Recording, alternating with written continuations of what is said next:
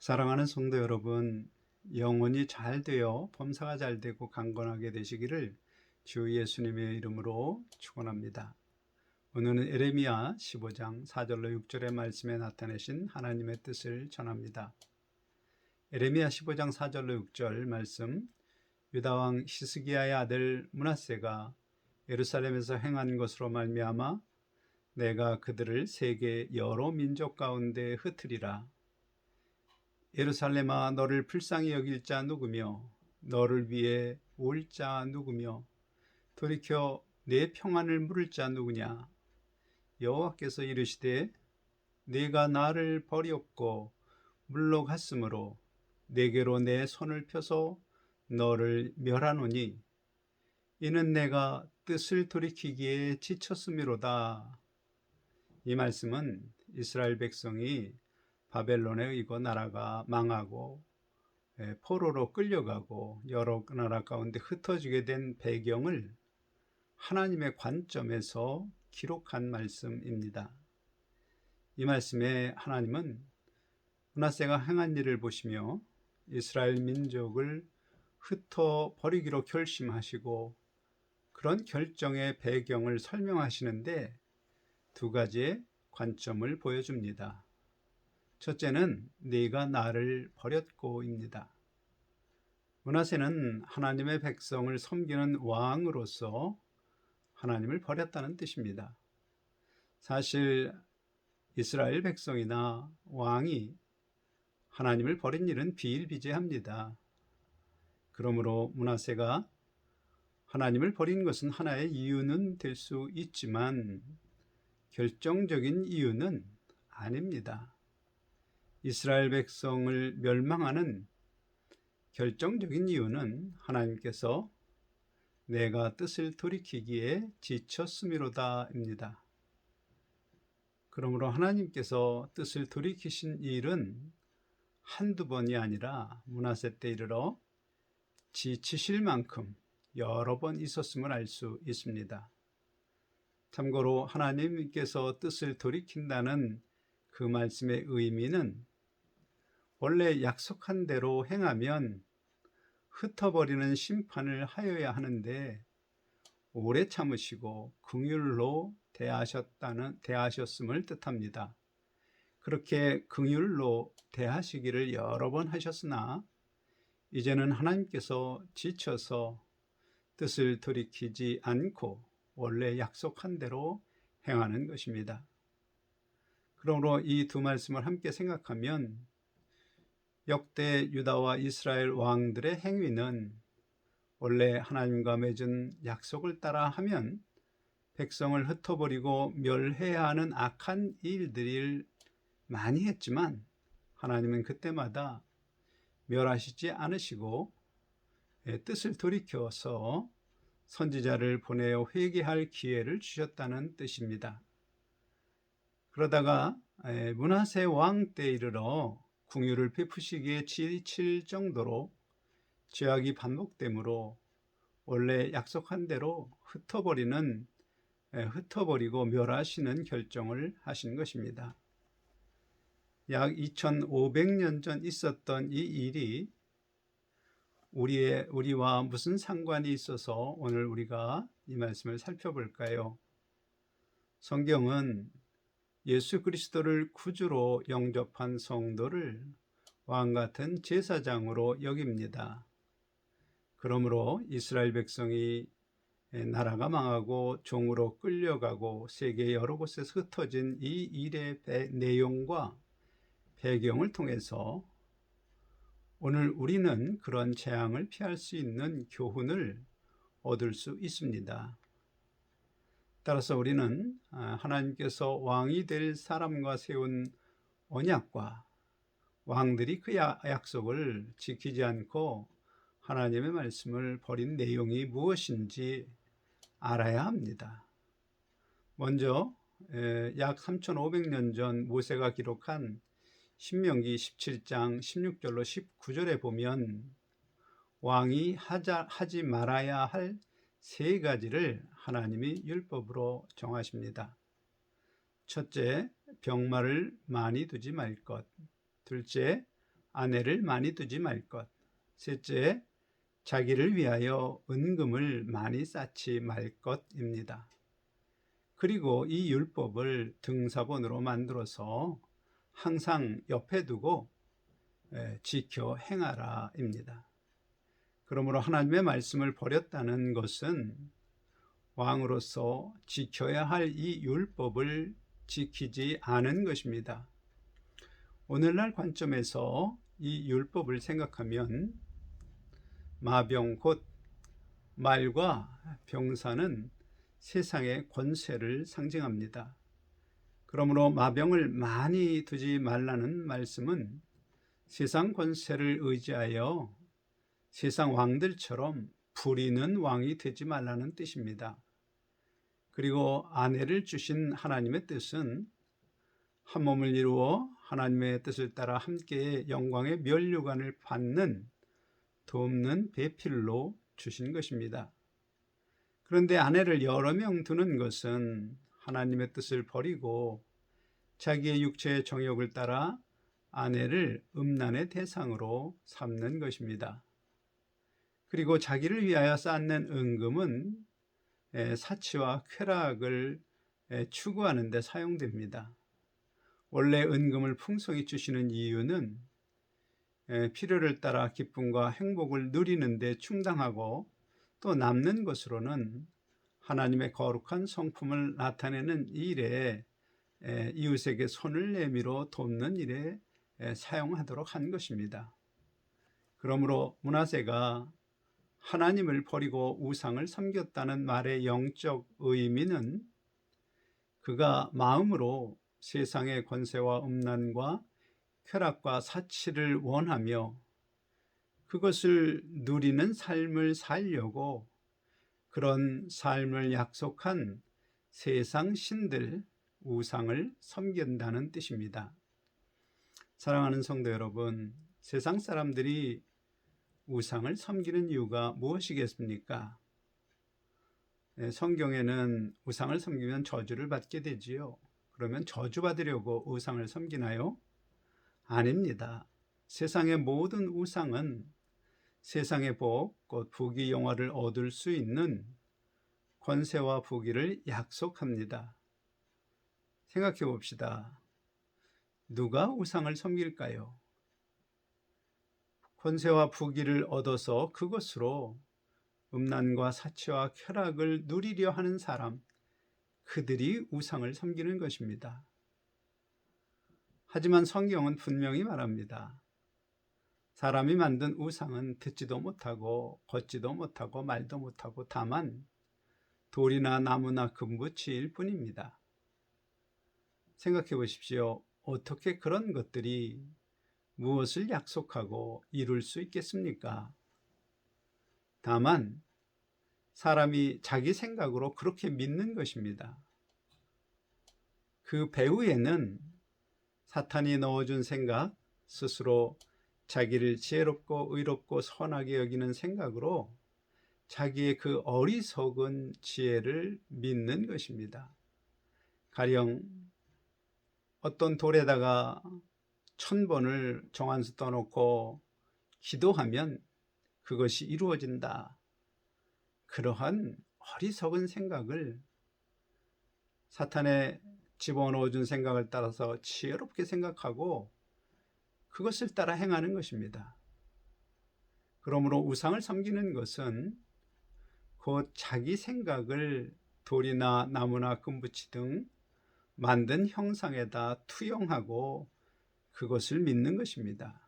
그러므로 영적 속성으로 볼 때 음란과 사치와 쾌락을 누리려고 권세와 부귀를 자기 지혜로 쫓는 것, 그것이 바로 성경이 말하는 우상 숭배입니다. 한편 하나님을 버리고 우상을 섬긴 므낫세의 기록이 열왕기하 21장에 있습니다. 므낫세의 아버지 히스기야는 여호와 하나님 앞에 정직하게 행하였고 죽을 병이 들었을 때 15년 생명 연장을 받았고 병문안 온 바벨론 사신 앞에 교만으로 행한 그 죄를 회개한 사람입니다. 므낫세가 12세의 왕이 되었으므로 아버지 히스기야가 생명 연장의 은혜를 받은 이후, 그리고 자신의 교만을 진정으로 회개한 이후에 얻은 아들이며, 또한 이스라엘 역사상 가장 긴 55년간 나라의 주권자인 왕으로 지냈습니다. 그러므로 외형적으로 보면 므낫세는 하나님의 은혜 가운데 태어나고 경건한 아버지 히스기야처럼 하나님 앞에 정직하게 사는 것이 당연해 보이지만, 왕이 된 므낫세의 기록 열왕기하 21장 2절로 7절을 간략히 보면, 므낫세는 아버지 히스기야가 하나님의 뜻을 따라 행한 모든 일, 성전을 새롭게 하고 산당을 폐하고 또 우상을 불살라버리는 그렇게 이룬 종교개혁을 완전히 부정하고 이전 타락한 모습으로 다시 되돌려 버렸습니다. 그가 한 행위를 보면 각종 우상을 섬기는 것, 여호와의 성전에 우상을 위한 제단을 쌓고 또 제사도 드리고, 사슬과 점치는 것, 자기가 직접 만든 아세라상을 섬기는 것, 생각해 보십시다. 므낫세가 그렇게 아버지를 부정하고 악한 행위를 한 이유가 무엇일까요? 므낫세는 하나님이 금하신 권세와 음란과 사치와 쾌락을 누리기 원함으로 그것을 금하신 하나님을 버리고 자기가 원하는 것을 자기에게 줄 것으로 생각하는 우상을 섬기는 것입니다. 그렇게 우상을 섬기는 죄악은 사실 출애굽한 이스라엘 백성이 가나안 땅을 정복할 때 가나안 원주민들의 모습입니다. 그런데 이스라엘 백성들이 쫓아낸 그 가나안 원주민보다 더 큰 죄악을 이스라엘 백성이 행함으로 공의로우신 하나님께서는 그들을 가나안 원주민처럼 진멸해야 마땅하지만, 하나님은 뜻을 돌이켜서 진멸하지 않고 다만 언약 안으로 돌아오도록 행하십니다. 열왕기하 21장 10절에 보면 여호와께서 그의 종 모든 선지자들을 통하여 말씀하셨다 기록합니다. 특히 에레미야 선지자는 눈물로 하나님의 뜻을 전했습니다. 또한 약속하기를, 만일 이스라엘이 나의 모든 명령과 나의 종 모세가 명령한 모든 율법을 지켜 행하면 내가 그들의 발로 다시는 그의 조상들에게 준 땅에서 떠나 유리하지 아니하게 하리라. 곧 하나님의 말씀을 떠나지 않으면 복된 땅에서 사는 여호와의 복된 자손이 됨을 약속하셨습니다.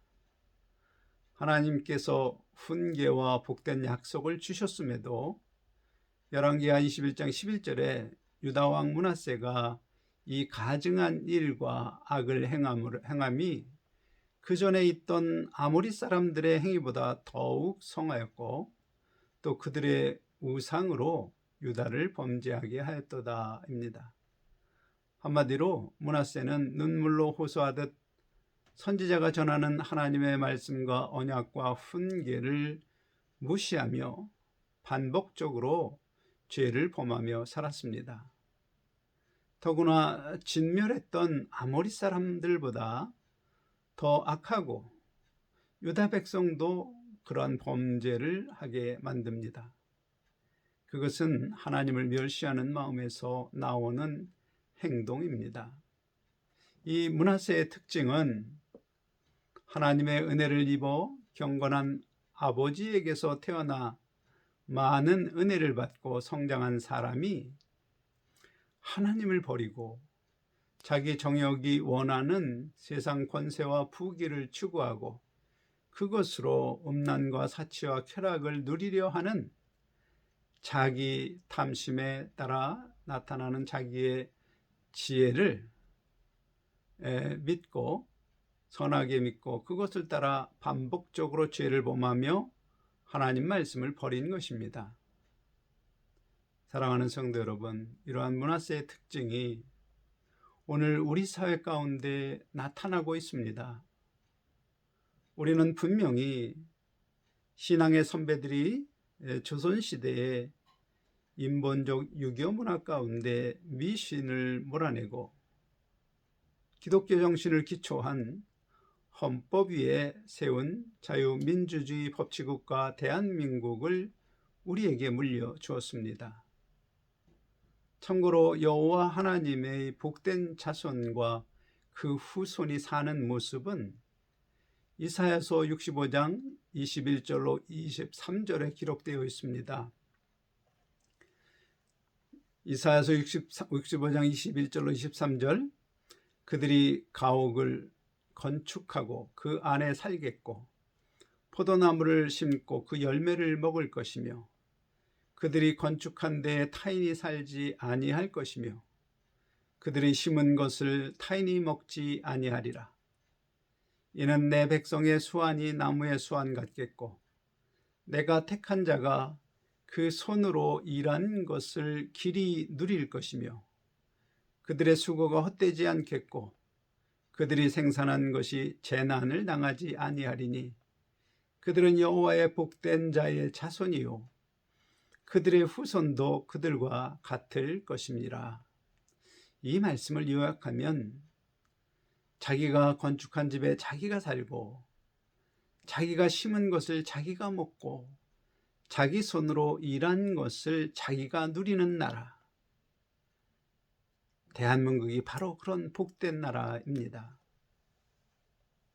인구의 50%가 노비로 살던, 노예와 같은 노비로 살던 조선시대로부터 불과 130여 년의 기독교 역사 가운데 당시 조선의 왕도 누리지 못한 은혜를 누리는 이 세대의 젊은이들은 당연히 감사하며 경외함으로 하나님을 섬기는 것이 마땅한데 실상은 하나님을 찾는 대학생들이 3%를 넘지 못하고 TV에 투영된 문화는 우상을 섬기는 것처럼 음란과 사치와 쾌락을 사랑함으로 하나님의 말씀을 버리고 세상의 권세와 부귀를 쫓는 일이 만연합니다.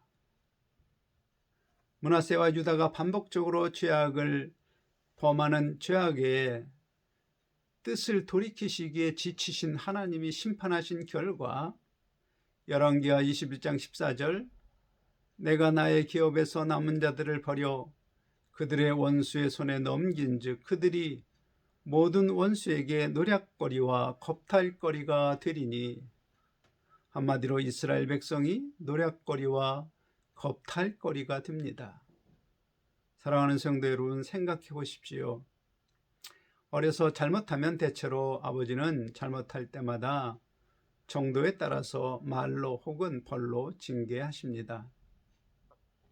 사실 하나님도 이스라엘 백성이 죄를 범하여 진노를 일으킬 때마다 죄에 합당하게 징계하심이 마땅한 것인데, 자비로우신 하나님께서 죄에 합당한 징계를 하지 않고 그 뜻을 돌이켜서 선지자들의 말로 훈계하셨고 죄과로 어려움을 당하는 중에도 돌보시며 바른 진리의 길로 가도록 오래 참으시는 가운데 그들을 인도하셨습니다. 다만 므낫세에 이르러 반복되는 죄로 하나님은 인간적 표현으로 책망과 훈계하기에도 지치신 것입니다. 그런데 지치신 하나님께서 손을 놓으시자 이스라엘 백성들이 어떤 일을 당하게 되나요? 대적들의 손에 노략당하고 겁탈당하는 재앙을 만나게 되는 것입니다. 요즘으로 치면 공산주의자들이 나라를 차지하고 내가 모은 재산을 다 약탈하고 또 베네수엘라처럼 경제가 폭망하여 여자들이 살기 위하여 몸을 팔아야 하는 그런 재앙을 만나는 것입니다. 그러므로 이 므낫세 이야기를 통하여 오늘 우리에게 하나님은 어떤 말씀을 하시는지 생각해 봅시다. 먼저 현재 우리 사회의 풍조, 곧 하나님을 버리고 음란과 사치와 쾌락을 누리기 위하여 권세와 부귀를 탐하는 풍조, 그 풍조 가운데 나 또한 그런 풍조를 따라 하나님 앞에 반복하는 죄가 없는지 살펴야 합니다. 만일 나 또한 하나님 백성으로서 마땅히 해야 할 일을 하지 않고 게으름이나 음란에 빠지고 혹은 돈을 얻기 위하여 불의한 일을 하며 거짓을 말하고 하나님 앞에 죄를 범한 것이 있다면 반드시 회개해야 합니다. 그리고 만일 하나님이 우리를 긍휼히 여기셔서 죄가도 지은 죄보다 가벼운 훈계를 받고 용서를 받았다면 그 회개한 대로 다시 죄를 범하지 말아야 합니다. 죄를 반복하지 않으므로 그 회개가 진정한 마음에서 이루어진 것입니다. 만일 고백만 하고 다시 자기의 탐심을 따라 음란과 사치와 쾌락을 누리기 위하여 권세와 부귀를 탐하며 거짓을 말하고 또 마땅히 해야 할 일을 하지 않는 등 죄를 반복한다면 하나님 앞에 한 회개는 진정성이 없는 입술만의 거짓 회개입니다. 거짓 회개는 사람 앞에서도 큰 배신감을 느끼게 하는데 마음을 보시는 하나님 앞에서 하나님의 큰 진노를 일으키는 것입니다. 생각해 봅시다. 만일 여러분의 아들이 바늘 도둑질을 하면 벌을 세우시고 또 타일러서 남의 물건을 도둑질하는 것은 죄라는 것을 알려줄 것입니다. 그러나 책망을 받을 때만 잘못했다고 용서를 빌고 점점 도둑질이 담대해져서 소도둑이 되었다면 어떻게 하시겠습니까? 책망과 교훈도 아무 소용이 없습니다. 이제 아버지도 지치게 됩니다. 그러면 세상법에 따라 형벌을 받게 버려두지요. 죄의 반복은 회개가 거짓임을 입증하는 동시에 하나님 말씀을 무시하는 것입니다. 결국 그 마음 안에는 하나님을 멸시하는 교만이 있는 것입니다. 그 교만은 물론 사탄의 속성입니다. 그러므로 우리가 회개 후에 같은 죄를 반복하는 것이 하나님을 지치시게 하는 므낫세와 같은 것입니다. 그러므로 이 세대에 속한 저와 여러분 모두가 진정으로 회개하지 않으면 지치신 하나님이 손을 놓아 세상의 악한 권세에 침략당하고 노략당하며 또 겁탈당하는 그러한 재앙을 만나게 될 수 있습니다. 요즘 말로 표현하면 전쟁으로 나라가 망하여 애써 모은 재산을 다 빼앗기거나 혹은 경제적으로 파산하여 집이 경매로 넘어가고 오갈 데 없이 세상 사람들의 손에 던져지는 것과 같은 재앙을 만나게 될 수 있습니다. 그러므로 우리는 회개 후에 같은 유혹으로 나를 넘어뜨리려는 사탄의 미혹에 넘어가지 않도록 우리의 마음을 하나님 앞에 정직하게 새롭게 하여야 합니다. 므낫세의 이야기를 통하여 우리에게 말씀하시는 하나님의 그 말씀을 깊이 마음에 새기고 회개한 죄를 단호히 끄어내고 하나님 말씀 중심의 삶으로 돌아갈 때 하나님은 복된 이 땅, 자유민주주의 대한민국 법치국가 대한민국에서 번영하며 행복을 누리는 우리와 우리 후손으로 축복하실 것입니다. 그러한 복을 누리게 될 수 있기를 예수님의 이름으로 간절히 축원합니다. 아멘.